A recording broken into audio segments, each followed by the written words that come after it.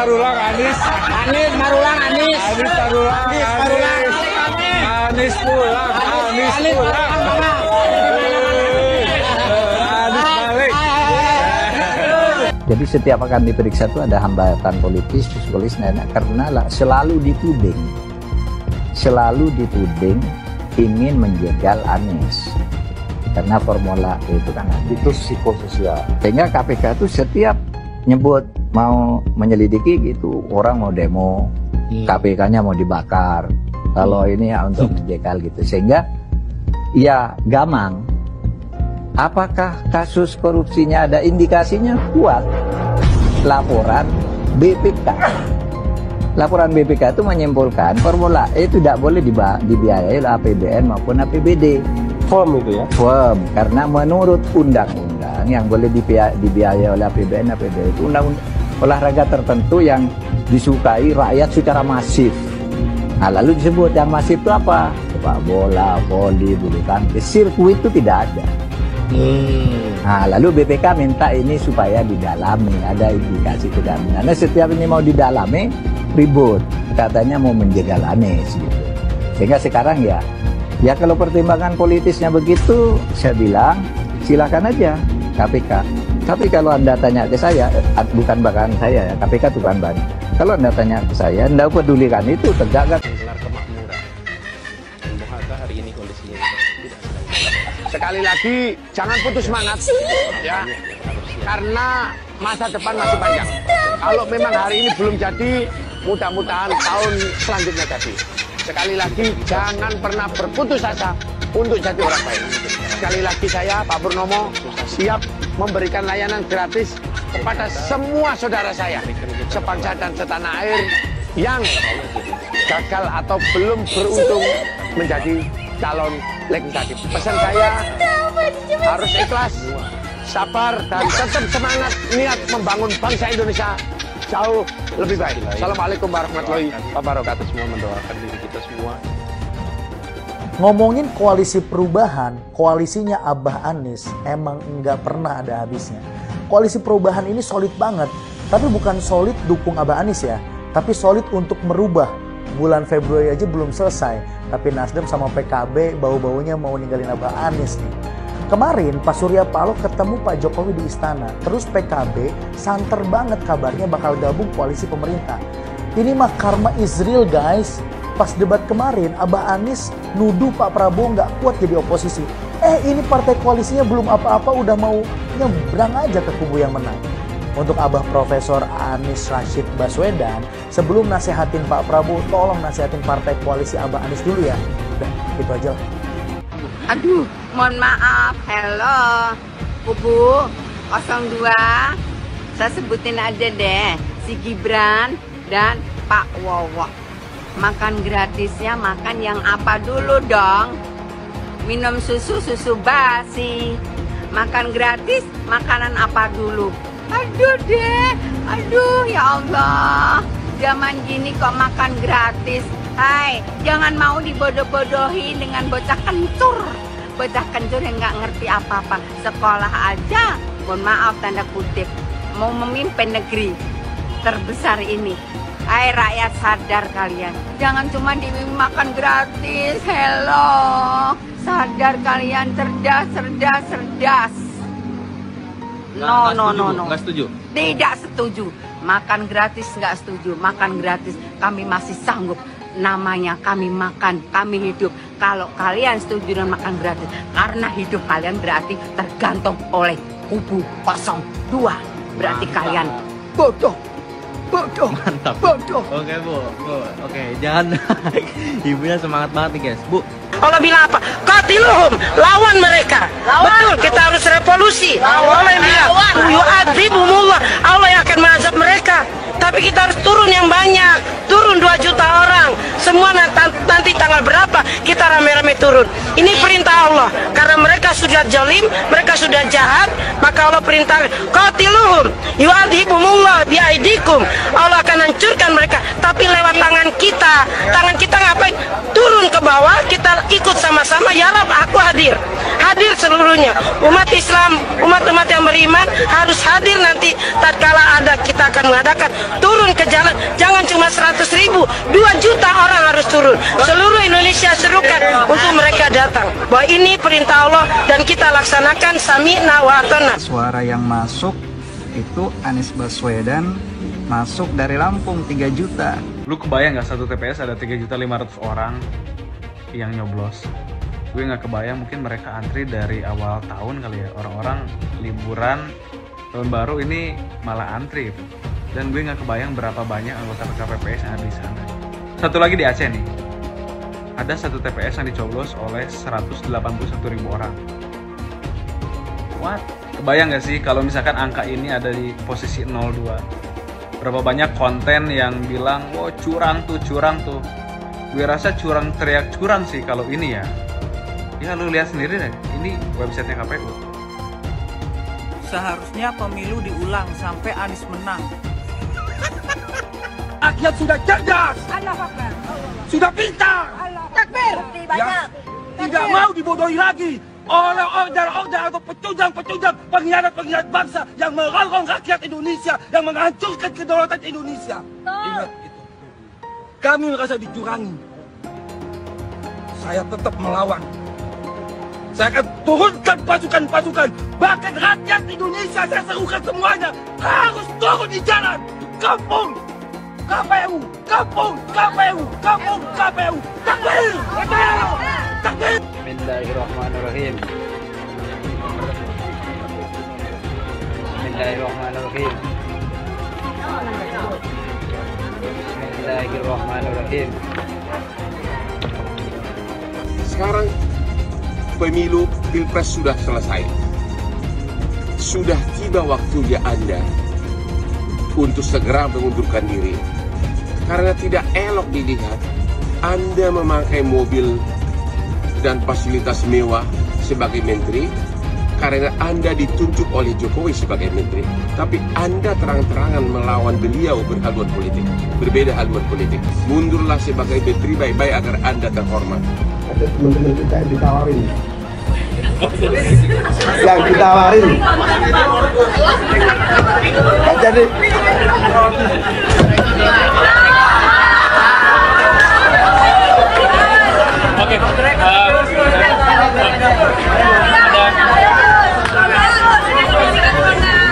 ini live.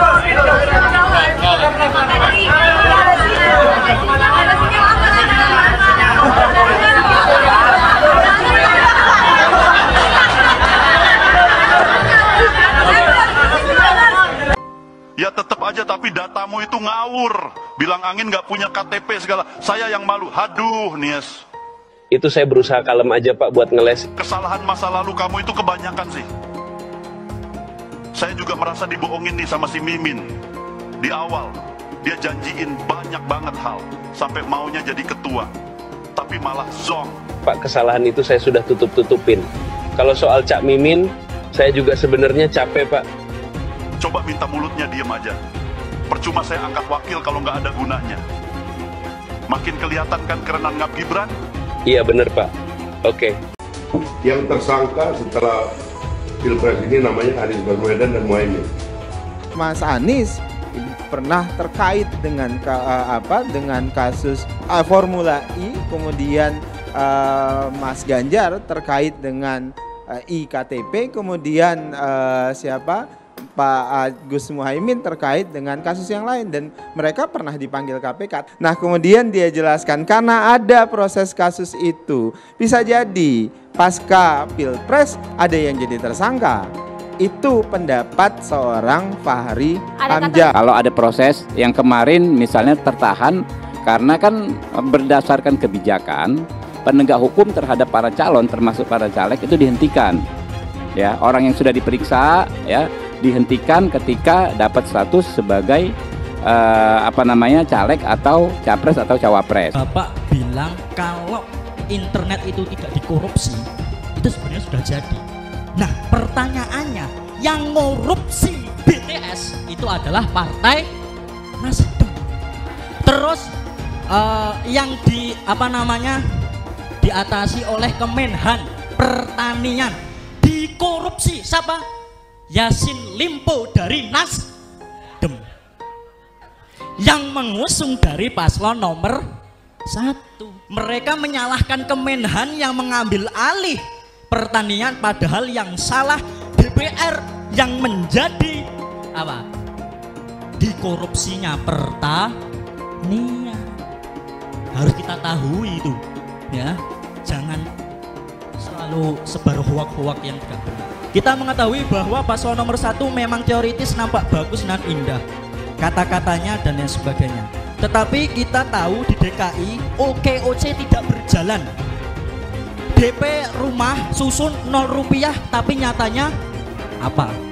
Reklamasi nolak ternyata juga dilaksanakan. Pertanyaannya, apakah bisa dipertanggungjawabkan masalah 40 kota setara Jakarta, sedangkan Pak Anies saja gagal mengurus Jakarta? Anies Baswedan, ya Anies ya, denger nih.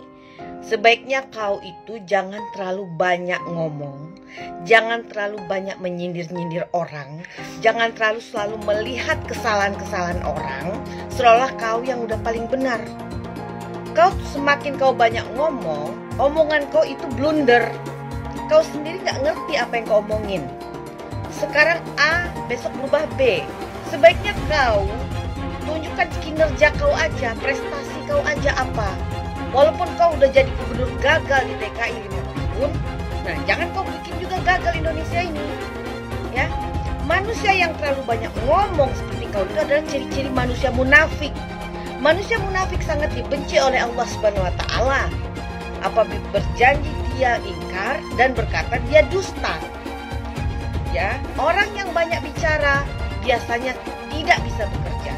Paham itu ya Anies Baswedan? Banyak yang ngajak aku buat dukung Pak Anies di Pilpres ini, tapi aku tolak karena jujur aku kurang seret sama rekam jejaknya sih. Loh, kok bisa? Di sini kita bahas berdasarkan data ya. Kalau menurutku, dari janji-janji utama Pak Anies pas kampanye jadi gubernur DKI, hasilnya ternyata justru mengecewakan sih. Misal program rumah DP 0 rupiah. Dari target awal 200.000 unit hunian, sampai akhir beliau menjabat yang dibangun cuma 2.000-an unit, alias cuma 1% dari target awal. Dan yang awalnya dikhususkan untuk yang berpenghasilan 7 juta ke bawah, ujungnya yang bergaji 14 juta pun juga boleh beli. Udah gitu, pengadaan lahannya juga kena kasus korupsi ya. Lalu program OKOC, hasilnya juga 0 besar ya. Loh, tapi OKOC kan programnya Pak Sandi, Bang. Nggak ada tuh namanya program wakil. Yang ada ya program gubernur. Dan di saat beliau selalu menekankan soal keberpihakan, faktanya beliau malah menghabiskan triliunan buat balapan Formula E, yang menurutku cuma bisa dinikmati segelintir masyarakat menengah ke atas. Dan yang paling bikin aku khawatir, Pak Anies juga punya rekam jejak untuk menghentikan program Pak Jokowi ya. Misal Balai Kota Jakarta yang di zaman Pak Jokowi terbuka untuk pengaduan masyarakat, sama beliau malah ditutup. Juga program normalisasi sungai Pak Jokowi diubah jadi naturalisasi, dan pengerjaannya pun mandek ya. Mungkin karena hal-hal seperti ini juga yang bikin beliau dulu diberhentikan sebagai menteri oleh Pak Jokowi. Kita harus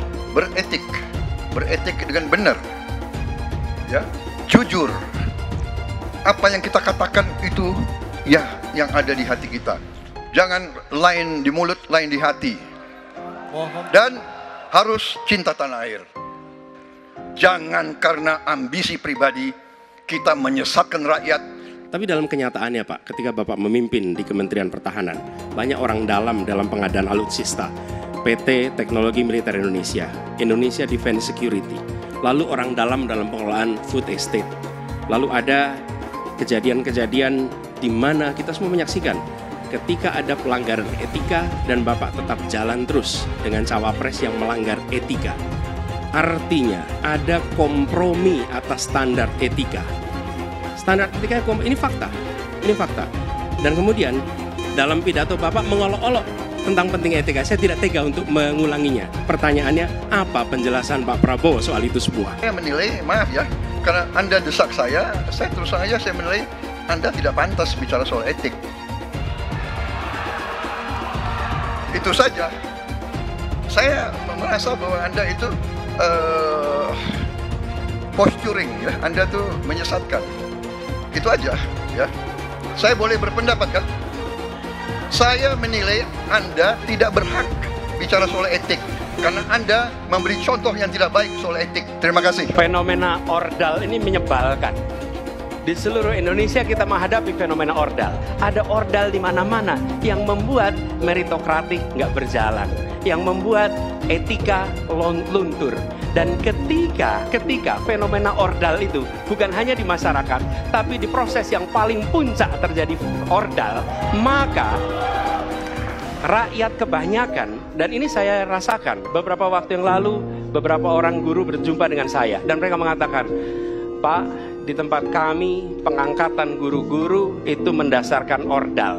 Kalau tidak ada ordal, nggak bisa jadi guru, nggak bisa diangkat. Lalu apa jawabannya? Atasan saya bilang, wong yang di Jakarta aja pakai ordal, kenapa kita di bawah tidak boleh pakai ordal? Kalau berbicara ordal, lupa waktu jadi gubernur. TGUPP, lupa dia. Ordalnya dia itu, tim sukses dia itu semua di sana. Jadi Anies itu banyak yang dia omongin, padahal dia melakukan hal yang dia pertanyakan. Mas Anies, Mas Anies. Mas Anies, masa sih angin kok sampai nggak punya KTP lo ya? Angin keluar, angin masuk, angin keluar, masuk angin dodo ya. Angin puting beliung, wes, angin-anginan, itu kok semua bisanya nggak punya KTP itu loh ya. Angin dari Jakarta ke Lampung ke Sumatera ke Jawa itu ya, kok bisanya liar begitu. Sama seperti air hujan ya, air hujan itu yang banjir itu bukan banjir ya, itu air parkir ya, air yang parkir Mas Anies, Mas Anies. Mau punya pemimpin yang seperti itu ya, mau punya pemimpin yang seperti itu, dikiranya rakyat ini bodoh semua kali ya. Air hujan jatuh ke bumi, nggak boleh masuk gorong-gorong. Yang banjir itu bukan banjir, itu parkir. Mas Anies, Mas Anies. Mas Anies pernah jadi gubernur 5 tahun di DKI. DKI menerima indeks polusi tertinggi di dunia. Bagaimana dengan anggaran 80T, Pak Anies sebagai gubernur tidak dapat berbuat sesuatu yang berarti untuk mengurangi polusi? Terima kasih. Polusi udara tak punya KTP, angin tak ada KTP-nya. Angin itu bergerak dari sana sini. Ketika polutan yang muncul dari pembangkit listrik tenaga uap mengalir ke Jakarta, maka Jakarta punya indikator, karena itu Jakarta mengatakan ada polusi udara. Ya susah kalau kita menyalahkan angin dari mana saja ya. Kalau kita dengan gampang menyalahkan angin, hujan dan sebagainya, ya mungkin tidak perlu ada pemerintahan kalau begitu ya. Mas Anies, Mas Anies.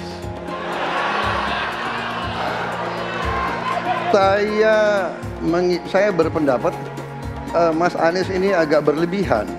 Mas Anies mengeluh tentang demokrasi ini dan itu dan ini. Mas Anies dipilih jadi gubernur DKI menghadapi pemerintah yang berkuasa. Saya yang mengusung Bapak.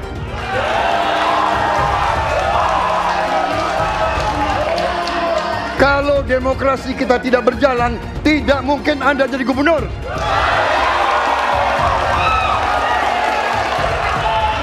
Kalau Jokowi diktator, Anda tidak mungkin jadi gubernur. Saya waktu itu oposisi, Mas Anies. Anda ke rumah saya, kita oposisi, Anda terpilih. Apa yang bisa diharapkan dari Anies? Nggak ada. Jakarta amburadul. Mimpin Jakarta aja amburadul, apalagi mimpin Indonesia. Anies itu perbual. Kayak mana apa karena perbual itu? Pembohong. Pembohong itu Anies itu. Gak usah dengar itu. Nggak layak jadi pemimpin. Apalagi jadi presiden. Di Jakarta aja kamu tengok itu amburadul. Di Jakarta tingkat kemiskinan tinggi. Pembangunan apa yang bisa dibangun Jakarta? Satu puskesmas pun bangunnya nggak ada, masjid aja nggak dibangun, mau ibadah. Di mana-mana kelebihan bayar. Apa yang bisa dibangun Anies? Satu aja nggak ada. Satu saja tunjukkan apa yang bikin Anies dibangun di Jakarta. Ganjar belum kampanye saja tetap di atas, apalagi sudah kampanye. Anies yang sudah keliling Indonesia, yang naik jet pribadi, keliling, jangankan naik, makin nyungsep ke bawah. Nah, masyarakat sudah tahu siapa Anies. Anies, siapa di belakangnya? Oligarki, satu. HTI, FPI. Masyarakat Indonesia bukan cari orang Yaman. Indonesia mencari nyaman. Anies ini keliling-keliling Indonesia mau ngapain sih? Bingung saya ngelihat. Menawarkan perubahan tapi tanpa konsep dan gagasan. Apa yang mau dirubah dan perubahannya seperti apa? Apakah akan merubah negara Pancasila menjadi negara khilafah juga nggak jelas. Jadi perubahan apa yang mau ketawarkan nih? Jadi jangan berharap dapat lotre lah nih tiba-tiba jadi presiden Indonesia. Nggak, Indonesia ini terlalu luas, terlalu besar. Jangan bermimpi lah. Bicara ke sana ke sini keliling Indonesia seolah-olah paham dan mengerti masalah negara. Lawang jadi gubernur aja 5 tahun kamu nggak ngerti masalah Jakarta. Apa yang kamu lakukan dengan Jakarta? Nggak ada nih, nggak ada. Masalah Jakarta segitu banyak tak satu pun yang selesai. Yang ada malah kerusakan bertambah. Anies hendak jadi presiden, hendak mengadakan perubahan. Perubahan apa nak kau buat? Nak kau balik Indonesia ini telontang jadi telangkup.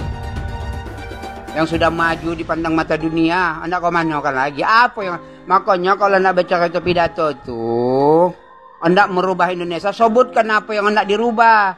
Jangan kata rubah ada, tapi yang hendak dirubah tak ada. Serupa dengan rekam jejak. Lihat rekam jejak. Apa rekam jejak kau di Jakarta? Apa yang kau jaga di Jakarta? Bukan yang ada kalau jaga di Jakarta kau bilang rekam jejak, sekarang pidato dulu rekam jejak saja. Gaya orang nangkuk kau bodoh-bodoh saja, orang nak pidato kau pembodoh-bodohan. Kau anggap orang Indonesia ini bodoh semua, yang pintar orang Yaman. Yaman. Nantau kau Yaman sana nantau. Bila ingin melihat apa yang akan dilakukan seseorang ke depan, maka lihatlah rekam jejaknya. Karena rekam jejaknya adalah prediktor terbaik untuk masa depan. Saya mensyukuri kenapa kalah, kenapa ditahan. Saya bersyukur atas itu semua. Saya coba bayangkan ya, kalau seandainya waktu itu kita menang gitu ya, hari ini belum tentu kita bisa nikmati seperti ini. Kita bersyukur 5 tahun Tuhan izinkan kasih ke orang yang pintar ngomong untuk kerja. Coba kalau kita bayangkan gitu ya, kalau kemarin saya masih jadi gubernur, ini saya udah turun ini. Tapi yang pintar ngomong itu dikira orang hebat kan? Ini lebih berbahaya tahun 2024, langsung ketahuan karakternya. Langsung ketahuan itu. Di saya juga ada kutipan Pak di kamar saya Pak. Tulisannya, Jakarta telah mengambil keputusan yang fatal. Jangan sampai bapak politik identitas justru menang dengan cara menipu umat Kristen. Jadi kalau sekarang umat Kristen mendukung Anies, mereka akan membayar mahal kerelaannya untuk menukar iman hanya untuk kepentingan sesaat. Kita tahu Anies lahir dari apa? Politik identitas.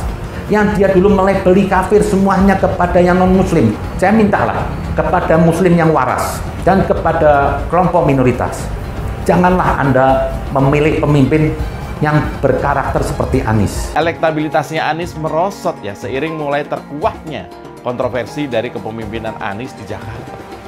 Gen Z juga tahu kalau Anies adalah sosok yang didukung kelompok intoleran yang membuat Pilgub DKI 2017 menjadi sangat kotor. Politik identitas yang mengarah ke perpecahan seperti yang dikeluarkan pendukungnya Anies, yaitu Kadrun bin Kamret. Kafir lah, laknat lah, PKI lah, ya cuman itu doang kemampuannya. Itulah pendukung Anies. Jangan pernah takut melawan Kadrun yang cuma pengen Indonesia hancur. Presiden kita ini memecah belah umat. Kalau punya jejak pernah memecah belah umat, jangan dipilih. Kita lihat apakah pemimpin kita, calon pemimpin kita ini ya pernah menggunakan agama sebagai alat untuk memenangkan kepentingannya atau tidak. Kalau agama diperalat untuk merebut kekuasaan, jangan dipilih. Sekali lagi, kalau ada calon pemimpin yang punya rekam jejak memperalat agama untuk kepentingan politiknya, jangan dipilih. Bapak Politik Identitas Indonesia Anies Baswedan, Bapak Intoleransi Indonesia Anies Baswedan, jangan lupakan, jangan terlena, jangan sampai dia pecahkan kita dengan dagangan ayat dan mayatnya. Air itu turun dari langit, turunnya ke atap rumah langsung sumur bor, bukan ke sungai dan ke laut. Saya ingatkan, jangan ada lagi politik identitas. Jangan ada lagi politisasi agama. Penjajahan di depan mata itu di Jakarta. Kita semua pribumi ditindas, kini saatnya kita menjadi tuan rumah di negeri sendiri. Saya bilang, Nis, ente nggak bisa jadi presiden. Kenapa? Karena presiden adalah orang Indonesia asli, saya bilang. Mas Anies, ibunya Arab, bapaknya Arab, kakeknya Arab. Mas Anies nikah dengan keturunan Arab. Menantu Mas Anies, anak Mas Anies nikahnya dengan Arab lagi. Jadi Mas Anies kalau merepresentasikan Indonesia agak kurang ke Indonesianya. Mungkin 3% Indonesia aja yang bisa direpresentasikan oleh Mas Anies. DKI yang kita harapkan, Anies Baswedan yang begitu jelas Islamnya, 4 tahun 8 bulan jadi gubernur. Mana peraturan pergub saja yang melarang miras? Mana perda Islam apalagi? Yang akhirnya tidak berani juga menegakkan hukum Islam. Banjir tetap banjir, macet tetap macet, kriminalitas Jakarta. Anda tahu, 2 menit sekali terjadi pencurian. Sekarang orang sedang euforia, dia mau dicapreskan. Bagaimana umat terjebak lagi, bodoh lagi, masuk lagi. Kalau misalnya memang Anies itu mau maju dan dia tekad mau menegakkan hukum Islam dan menyatakan perlawanan, saya penuh. Tapi dia tidak lakukan itu. Jangan hanya konsentrasi pada pembangunan benda-benda mati yang indah difoto dan bisa ditunjukkan dalam 5 tahun hasilnya. Kalau kita mau menilai sebuah janji, maka lihat janjinya atau lihat kenyataannya. Dulu janjinya apa ya? Dan ini aneh, betul-betul aneh. Ini bukan kampanye, tapi saya sampaikan sini. Di satu sisi menyiapkan jalur-jalur air untuk dikirim ke laut, di sisi lain di lautnya dipasang dengan pulau reklamasi, tinggal tunggu waktu jadi rob, air balik. Dan ini melawan sunnatullah. Kenapa? Air itu turun dari langit ke bumi, bukan ke laut. Harusnya dimasukkan ke dalam bumi, masukkan tanah. Di seluruh dunia air jatuh itu dimasukkan ke tanah, bukan dialirkan pakai gorong-gorong raksasa ke laut. Jakarta telah mengambil keputusan yang fatal. Bukan banjir, itu memang parkir air. Bukan banjir, itu memang parkir air. Masyarakat berkeliling dengan membawa toa untuk memberitahu semuanya, termasuk sirine. KAI-BON 82 miliar. Apa alat transportasi yang dimiliki oleh hampir setiap orang? Alat transportasi yang dimiliki semua orang adalah kaki. Kalau seandainya orang Jakarta percaya Pak Anies jadi gubernur pun, saya berani jamin kok dia akan lakukan normalisasi yang sama seperti saya lakukan kok. Gak usah bohong lah. Tapi ketika air sampai di muara, maka siap untuk dipompa ke laut. Pancasila Soekarno, ketuhanan ada di pantat. Anak Tuhan dari mana? Kalau Yesus anak Tuhan, bidangnya siapa? Besok di seluruh wilayah Indonesia kami katakan damai. Iblis hanya menggoda orang yang beriman. Makanya jarang-jarang orang kafir kerasukan setan. Yang kerasukan setan itu orang baik-baik. Jarang, saya belum pernah nengok Cina kerasukan setan. Pernah tak Ahok itu kerasukan setan?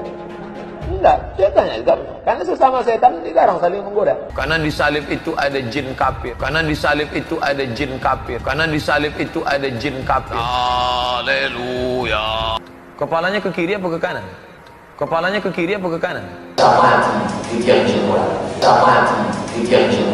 Tetap percaya salib itu lambang mulia, bukan jin.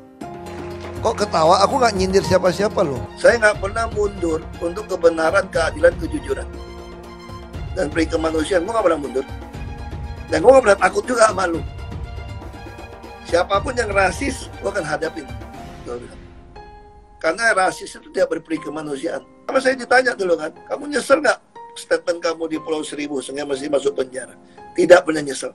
Karena saya mengatakan kebenaran. Hai semua, dengan saya Jonas Leong. Terima kasih banyak buat kalian penonton setia yang selalu menonton di channel ini. Saya secara personal sangat menghargai waktu kalian. Dan saya sudah menganggap kalian sebagai family karena kalian selalu support di channel ini. Bagi kalian yang selalu menuliskan opini kalian di kolom komen, saya baca komen kalian satu persatu. Saya baca komen kalian untuk mengetahui opini kalian, tanggapan kalian, dan masukan kalian sangat berguna untuk video selanjutnya. Terima kasih banyak buat kalian yang selalu menekan tombol like di awal video. Video seperti ini membutuhkan waktu dan juga research. Dan ini semua gratis untuk kalian. Jadi pastikan kalian menekan tombol like-nya supaya saya mengetahui kalian menyukai konten yang saya bagikan.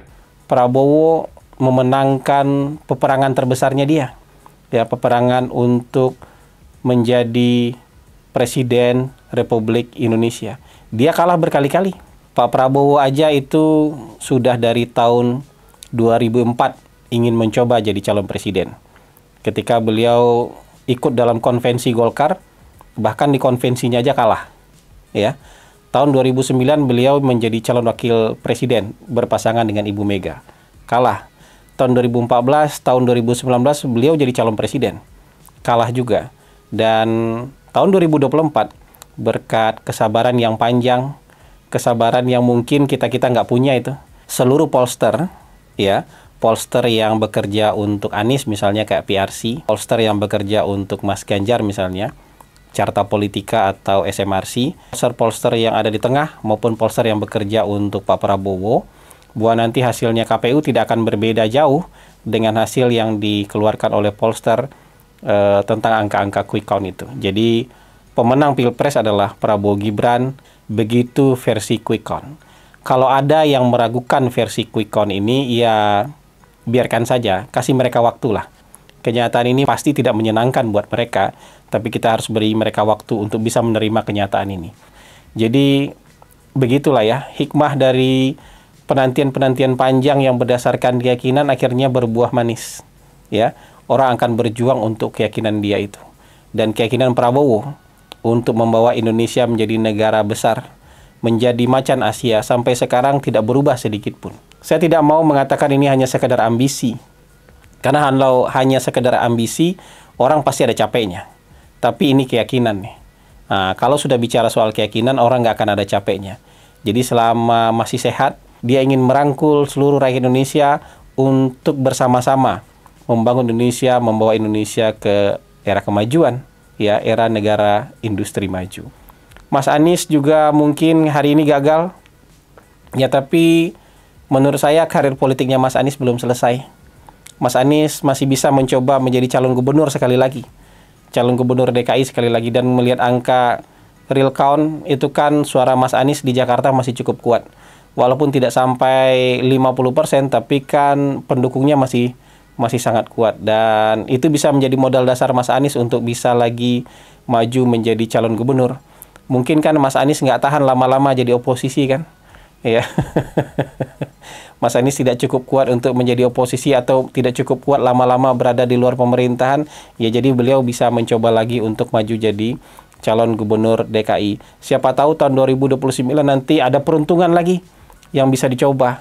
Nah, jadi menurut saya kita nggak boleh putus asa. Mas Anies tetap masih punya peluang untuk menjadi calon gubernur sekali lagi, dan tahun 2029 nanti bisa mencoba peruntungan lagi menjadi calon presiden. Dan hikmah-hikmah dari pertarungan Pilpres ini banyak ya. Coba bayangkan, Mas AHY mungkin sempat patah hati, sempat kecewa, sempat marah lah karena tidak menjadi calon wakil presidennya Mas Anies. Tapi coba lihat sekarang, ketika Mas AHY gagal menjadi calon wakil presidennya Mas Anies, sekarang Mas AHY jadi menteri. Jadi menterinya Pak Jokowi. Nah, ini kan latihan ini sebelum jadi menterinya Pak Prabowo nanti. Jadi saya yakin Mas AHY hari ini jadi menteri, dan nanti setelah kabinet barunya Pak Prabowo, Mas AHY juga akan jadi menteri. Coba bayangkan kalau Mas AHY jadi calon wakilnya Mas Anies kemarin. Mungkin sekarang udah ngelamun-ngelamun aja Mas AHY. Ya kan? Walaupun punya partai misalnya, tapi mungkin lebih banyak ngelamunnya daripada beraktivitasnya. Belum dilantik aja presiden barunya, Mas AHY sudah dapat jabatan sebagai menteri. Sebaliknya Mas Sandiaga Uno mungkin gigit jari gitu kan. Ya, betapa beliau sangat ingin jadi calon wakil presiden, dan kemudian keluar dari Partai Gerindra, bergabung dengan Partai Persatuan Pembangunan, berharap bisa jadi calon wakil presiden. Akhirnya nggak jadi juga calon wakil presiden. Akhirnya sekarang juga menjadi bagian dari barisan orang yang kalah dan mungkin nanti ketika kabinet berikutnya tidak lagi menjadi bagian dari kabinet, ya apa boleh buat. Ya, kalau menurut saya orang-orang yang kalah itu harusnya sudah kasih pidato pengakuan. Kasih pidato pengakuan kekalahan, bukan malah mencoba untuk membuat hiruk pikuk, ya, apalagi kemudian mencari jalan lain di luar prosedur yang diberikan. Kalau sengketa hasil pemilu kan dan pelanggaran-pelanggaran itu prosedurnya sudah diberikan. Ya, pelanggaran lewat Bawaslu. Ya, kalau ada persengketaan hasil lewat Mahkamah Konstitusi. Tapi tampaknya dua pihak yang kalah tidak mau untuk menjalani prosedur itu. Mereka malah ingin mengalihkan prosedurnya ke proses politik. Kalau ke proses politik itu sebenarnya bukan pemilunya yang memenangkan Prabowo Gibran yang akan mereka utak-utik. Ya, yang akan mereka utak-utik adalah pemerintahannya Pak Jokowi. Jadi kalau bisa Pak Jokowi tetap berusaha untuk dimakzulkan, berusaha untuk diturunkan, ya, karena ada hak angket yang ingin mereka coba. Walaupun menurut saya hari ini itu sama sekali tidak mendapatkan dukungan dari masyarakat. Karena masyarakat akan mengait-ngaitkannya dengan kekalahan pemilu. Ini karena kalah pemilu aja bikin angket nih. Coba menang pemilu, tentu mereka nggak akan bikin angket. Kemungkinan satu-satunya yang menggunakan politik identitas adalah hanya Anies Baswedan. Pertanyaan itu lantas saja menimbulkan amarah di kubu Anies, salah satunya dari kelompok khilafah. Orang kepercayaan Anies menyatakan politik identitas adalah framing yang selalu dibangun untuk menyudutkan, padahal selama kepemimpinan Anies Baswedan sebagai gubernur tidak sekalipun Anies membeda-bedakan warga berdasarkan agama dan ras. Buat saya, apakah benar menyebut politik identitas itu adalah sekedar framing untuk menyudutkan Anies? Saya akan membantah pernyataan itu. Kubu Anies terus berusaha mengaburkan makna politik identitas. Mereka berulang kali bilang bahwa identitas adalah hal yang alamiah dalam kehidupan manusia. Jadi apa salahnya dengan menonjolkan identitas keislaman seorang calon presiden? Tapi saya yakin Anies tahu yang dimaksud dengan politik identitas adalah politik yang menggunakan agama sebagai alasan mengapa seorang kandidat harus dipilih atau mengapa seorang kandidat jangan dipilih. Politik identitas ini sangat berbahaya. Politik identitas membuat masyarakat menjadi tidak rasional dalam berpolitik. Yang menjadi faktor utama dalam politik identitas adalah agama. Seorang kandidat akan dipilih karena agamanya, terlepas dari apakah dia melakukan korupsi atau melakukan pelanggaran HAM. Ketika politik identitas digunakan, maka ini akan berpotensi konflik, karena usai pemilihan, konflik itu akan terus berlangsung dalam waktu yang lama. Masalahnya, ada alasan yang cukup kuat untuk menduga bahwa Anies sangat mungkin menggunakan politik identitas, yang memang dikatakan normal ketika menjabat sebagai gubernur DKI. Dalam proses menjadi gubernur, kubu Anies jelas-jelas menggunakan agama sebagai alasan untuk menjatuhkan Ahok. Anies jelas-jelas menggunakan agama sebagai alasan untuk menjatuhkan Ahok, sampai akhirnya Ahok dipenjara. Jadi ada track record sebelumnya bahwa Anies bisa menggunakan politik identitas untuk mencapai tujuannya. Anies sangat mungkin menggunakan politik identitas karena ini memang keunggulan komparatif dari Anies. Dia mungkin saja seorang doktor dari Amerika Serikat, tapi rekam jejak kepemimpinannya sangat tidak bagus. Dia gagal sebagai rektor Paramadina, gagal sebagai menteri, dan gagal sebagai gubernur. Jadi agama digunakan untuk membangun dukungan terhadap Anies. Itu saja opini saya. Pastikan Anda menekan like di video ini dan bagikan video ini ke teman dan family Anda supaya mereka mengetahui informasi ini. Jangan lupa tekan tombol subscribe dan bunyikan tombol loncengnya supaya kamu tidak ketinggalan info dari channel Johannes Leong. Dan saya akan jumpa kalian di video selanjutnya.